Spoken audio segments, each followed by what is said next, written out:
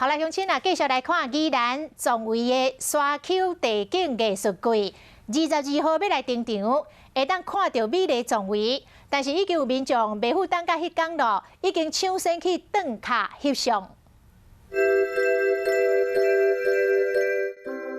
白色的装置艺术品，向太平洋的风吹甲唱伫咧跳舞，阿车就伫咧宜兰壮围，要来迎接22号沙仑啊地景艺术季，已经有民众走来遮翕相拍卡，接着关美国公笑馆的作品，红号名作书，用早期民众开垦的民众为宝来想的，觉得很有趣的感觉。我要换个角度看。 另外一边，400支当笋寒天未来，就已经红染做白色的，就亲像一座铺伫咧沙仑啊顶的松林。